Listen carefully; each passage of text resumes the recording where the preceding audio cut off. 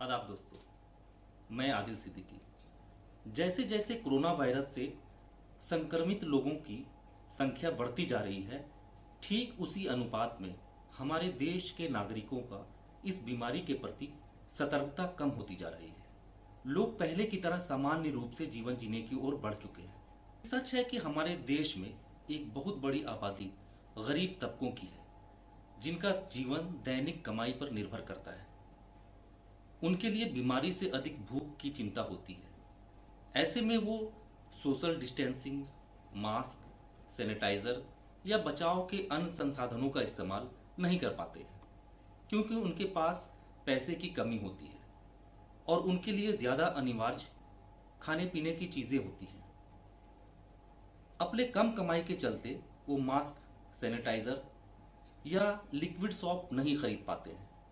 और जब ऐसे लोगों की भीड़ बाजारों में बढ़ती है तो सक्षम लोगों को लगता है कि जनजीवन सामान्य हो चुका है। ऐसे में इस बीमारी के प्रति गंभीरता कम होने लगती है। लेकिन ये जो भीड़ होती है वो उन्हीं की भी होती है जो इस संक्रमण से प्रभावित नहीं है, यानी कि वो स्वस्थ लोग हैं, उनकी ही भीड़ जमा होती है।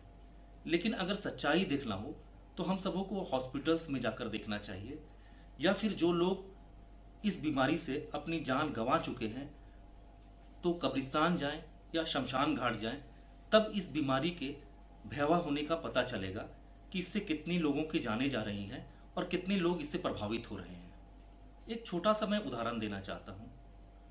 एक बहुत सी छोटी समस्या होती है पानी में भीग जाना या बालों का भीग जाना। अभी बरसात का मौसम है, लोग जब घर से बाहर निकलते हैं तो अपनी छतरी देख लेते हैं, बरसाती देख लेते हैं कि उनके पास है या नहीं, सिर्फ इसलिए कि उनके शरीर के कपड़े ना भीग जाए या उनके सर के बाल ना भीग जाए। ये एक छोटी सी समस्या है, लेकिन आज जब इतनी बड़ी बीमारी ने पूरे दुनिया को तबाह करके रखा हुआ है, ऐसे में हम आम जनजीवन की ओर बढ़ते चले जा रहे हैं। अपने आप को सुरक्षित रखने के बारे में नहीं सोच रहे हैं, जबकि सरकार के द्वारा, डॉक्टर्स के द्वारा और बहुत जानकारों के द्वारा ये बताया जा रहा है लगातार कि हम सबों को इस बीमारी से कैसे बचना है। जैसे मास्क का लगाना, सैनिटाइजर का लगाना। हम लोग छतरी और बरसाती तो आसानी से ओढ़ लेते हैं, लेकिन मास्क को लगाना हम लोगों के लिए बहुत कठिन बात हो जाता है। ऐसे में ये सोचने की बात है कि हम कितने लापरवाह होते जा रहे हैं, जबकि संख्या लगातार बढ़ती जा रही है और ये बीमारी एक विकराल रूप लेता जा रहा है। अभी भी हम सबों को समझने की ज़रूरत है।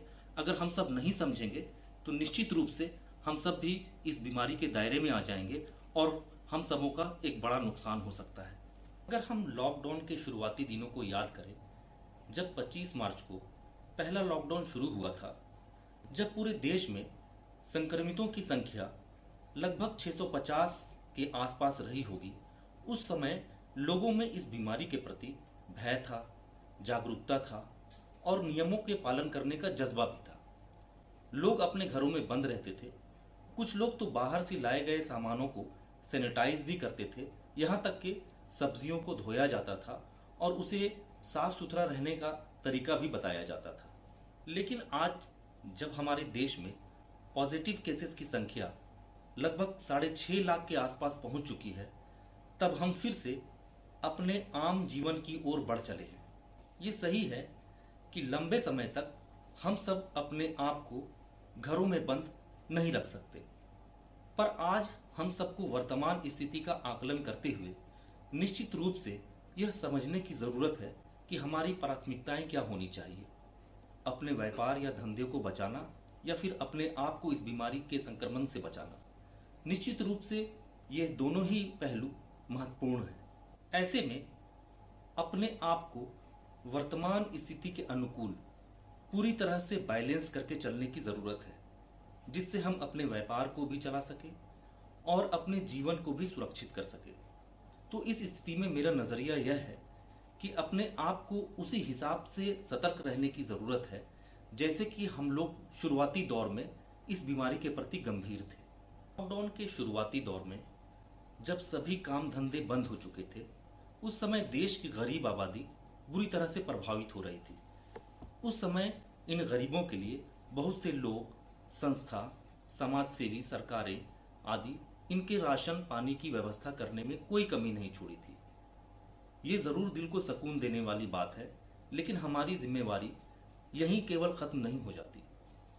परिस्थितियों के अनुकूल हमें काम करने की ज़रूरत होती है। आज हम सबको यह ज़रूरत आन पड़ी है कि हर गांव मोहल्ले में कोविड-19 बीमारी के संक्रमण के बचाव के प्रति एक टीम बनाने की ज़रूरत है, और जो भी इस बीमारी के बचाव के प्रति गंभीर नहीं है उन्हें सतर्क करने की ज़रूरत है।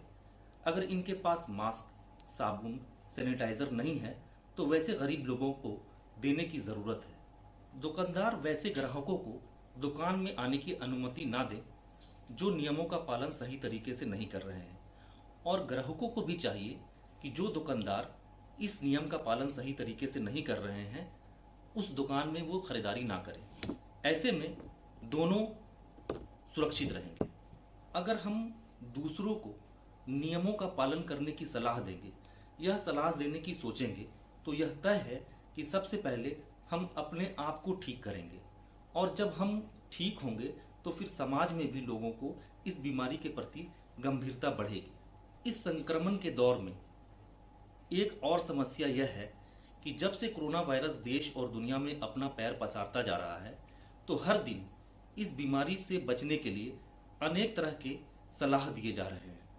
औषधि, घरेलू उपचार, आयुर्वेदिक उपचार या फिर अंग्रेजी दवा के बारे में हर दिन लोग कुछ न कुछ नया बताते जा रहे हैं। ऐसे में हम जैसे लोग असमंजस की स्थिति में पड़ जाते हैं कि अपने आप को किस माध्यम से बचाया जाए। अब इस समस्या से बचने के लिए निश्चित रूप से स्वास्थ्य मंत्रालय को एक सटीक एवं आदर्श विवरण तय करना चाहिए कि देश के नागरिकों को सरलता के साथ किस नियम का पालन करना चाहिए, क्योंकि हर देश में अलग अलग तरह से ये समस्याओं ने अपना पैर पसारा है, और हिंदुस्तान का इन्वायरमेंट अलग है, किसी देश का इन्वायरमेंट अलग है, तो हमें हिंदुस्तान के हिसाब से चलना पड़ेगा। और यहाँ जिस तरह से बीमारियां बढ़ रही हैं उससे बचने का तरीका हमें इसी परिवेश में ढूंढना पड़ेगा।